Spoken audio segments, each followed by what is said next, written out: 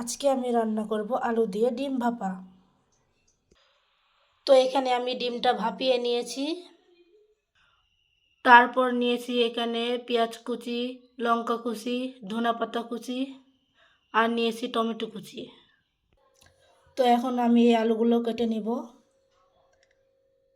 তো আমি আলু সাইজগুলো এরকম রাখতেছি।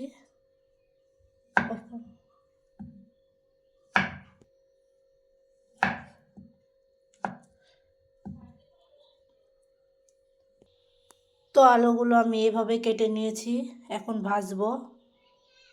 তো আলু আর ডিমটা ভাজার জন্য আমি এখানে পরিমাণ মতো তেল দিয়েছি। আগে ডিমগুলো দিব, তারপর আলুগুলো দিব। তো এখানে আমি দিয়ে দিচ্ছি ডিমগুলো, একটা একটা করে সব ডিমগুলো দিব। তো সব ডিমগুলো আমার দেওয়া হয়ে গেছে। তো আমি উল্টিয়ে নিব। উল্টে পাল্টে ভেজে নিয়েছি, এখন ডিমটা উঠিয়ে নিব। ডিমটা উঠিয়ে নিয়েছি, এখানে কেটে রাখা আলুটা দিয়ে দিব।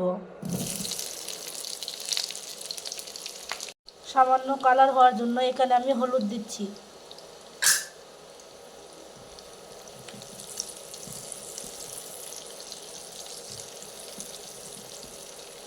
তো আমি এখন আলুগুলো উঠিয়ে নেব। আলুটা আমি উঠিয়ে নিয়েছি। তো এই তেলে আমি দিয়ে দিব পেঁয়াজ, দিয়ে দিব মরিচ কুচি, টমেটো কুচি আর এই ধনিয়া পাতাটা আমি পরে দিব তরকারি রান্না শেষে।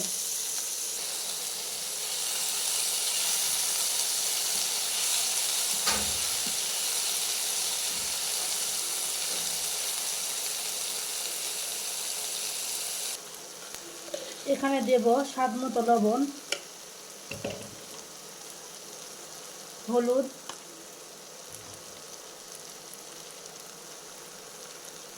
আর একটু দিব কাশ্মীরি লাল লঙ্কা।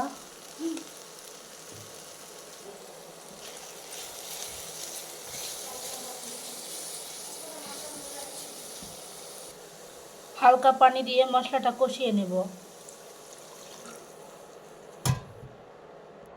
কষানোর জন্য আমি এখানে ঢেকে দিব।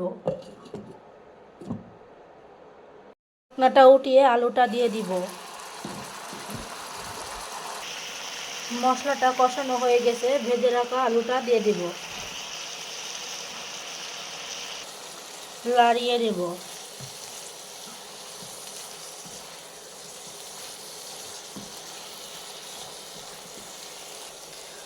আলুটাকে সেদ্ধ করার জন্য আমি পরিমাণ মতো পানি দিয়ে কষিয়ে নেব। আমার কষানো শেষ, আর একটু পানি দিব।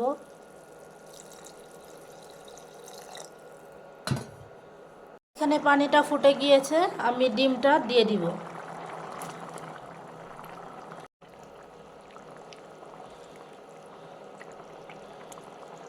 এখন এটা ফুটতে দিব। তো এখানে আমি দিয়ে দিব ধনিয়া পাতা।